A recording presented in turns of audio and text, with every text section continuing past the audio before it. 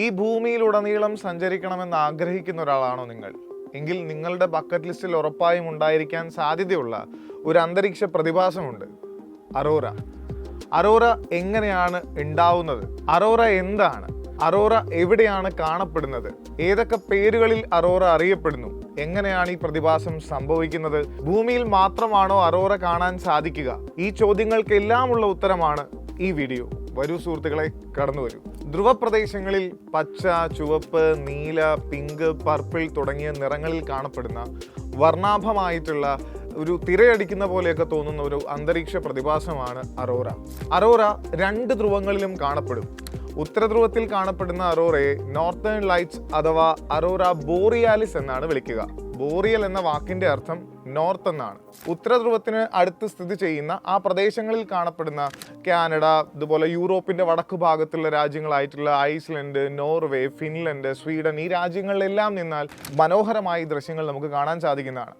ഇനി ദക്ഷിണ ധ്രുവത്തിലേക്ക് പോവാം. ദക്ഷിണ ധ്രുവത്തിലെ അറോറയെ നമ്മൾ വിളിക്കുക സതേൺ ലൈറ്റ് അല്ലെങ്കിൽ അറോറ ഓസ്ട്രേലിസ് എന്നാണ്. ദക്ഷിണ ധ്രുവത്തിനടുത്ത് കാര്യമായ അങ്ങനെ രാജ്യങ്ങളില്ല, എന്നാൽ പോലും ഓസ്ട്രേലിയയുടെയൊക്കെ അങ്ങ് തെക്ക് ഭാഗത്ത് അല്ലെങ്കിൽ ന്യൂസിലൻഡ് ഭാഗത്ത്, അർജന്റീനയുടെ തെക്ക് ഭാഗത്ത്, അന്റാർട്ടിക്കയിലൊക്കെ നിന്നാൽ ഇത് നമുക്ക് ദൃശ്യമാവുന്നതാണ്.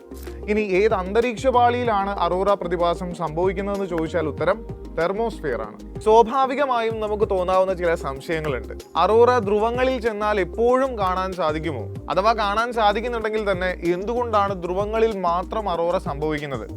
ഇതിനുള്ള ഉത്തരം കിട്ടണമെങ്കിൽ അറോറ എങ്ങനെയാണ് ഉണ്ടാവുന്നതെന്ന് നമ്മൾ നോക്കണം.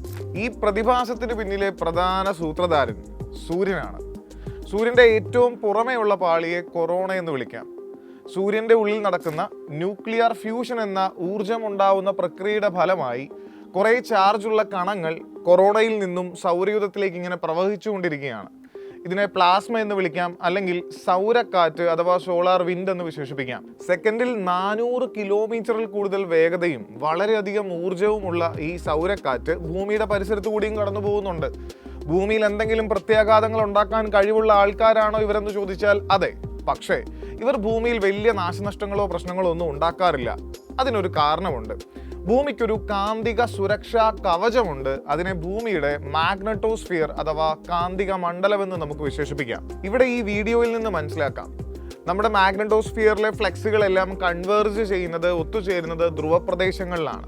അല്ലെങ്കിൽ നമ്മുടെ മാഗ്നറ്റോസ്ഫിയറിന് സൗരക്കാറ്റിനെയൊക്കെ പ്രതിരോധിക്കാനുള്ള കഴിവ് അല്പം കുറവുള്ളത് ധ്രുവപ്രദേശങ്ങളിലാണ്. ഇനി ഒരു സാഹചര്യം നമുക്ക് പരിഗണിക്കാം. സൂര്യന്റെ ഉപരിതലത്തിൽ നിന്നും അതിതീവ്രമായ തോതിൽ ചിലപ്പോൾ ഊർജം പ്രവഹിക്കുന്ന സാഹചര്യം ഉണ്ടാവാം. ഇതിനെ മാസ് കൊറോണൽ ഇജക്ഷൻ എന്നാണ് വിളിക്കുക. ഇങ്ങനെ ഉണ്ടാവുന്ന വലിയ സോളാർ സ്റ്റോം ഭൂമിയിലേക്ക് എത്തുമ്പോൾ നമ്മുടെ മാഗ്നറ്റോസ്ഫിയർ കടന്ന് ഇതിൻ്റെ കൂടെയുള്ള ചാർജുള്ള ഈ ഊർജവാഹികളായിട്ടുള്ള കണങ്ങൾ നേരെ ധ്രുവപ്രദേശത്തെ അന്തരീക്ഷത്തിലേക്ക് എത്തുന്നു. ധ്രുവപ്രദേശത്തെ അന്തരീക്ഷത്തിൽ സ്വാഭാവികമായും അന്തരീക്ഷത്തിൽ ഏറ്റവും കൂടുതൽ കാണപ്പെടുന്ന വാതകങ്ങളായ നൈട്രജന്റെയും ഓക്സിജന്റെയും ഒക്കെ സാന്നിധ്യമുണ്ട്.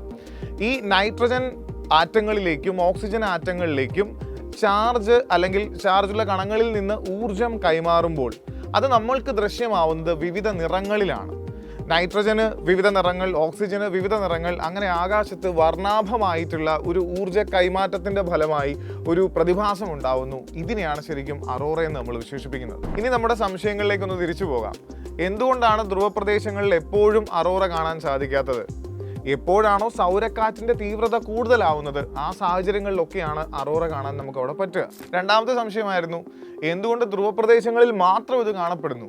ഓർക്കുക, നമ്മുടെ കാന്തിക മണ്ഡലത്തിലെ ആ ഫ്ലെക്സുകൾ ഇവർ കൂടിച്ചേരുന്നത് 2 ധ്രുവപ്രദേശങ്ങളിലുമാണ്.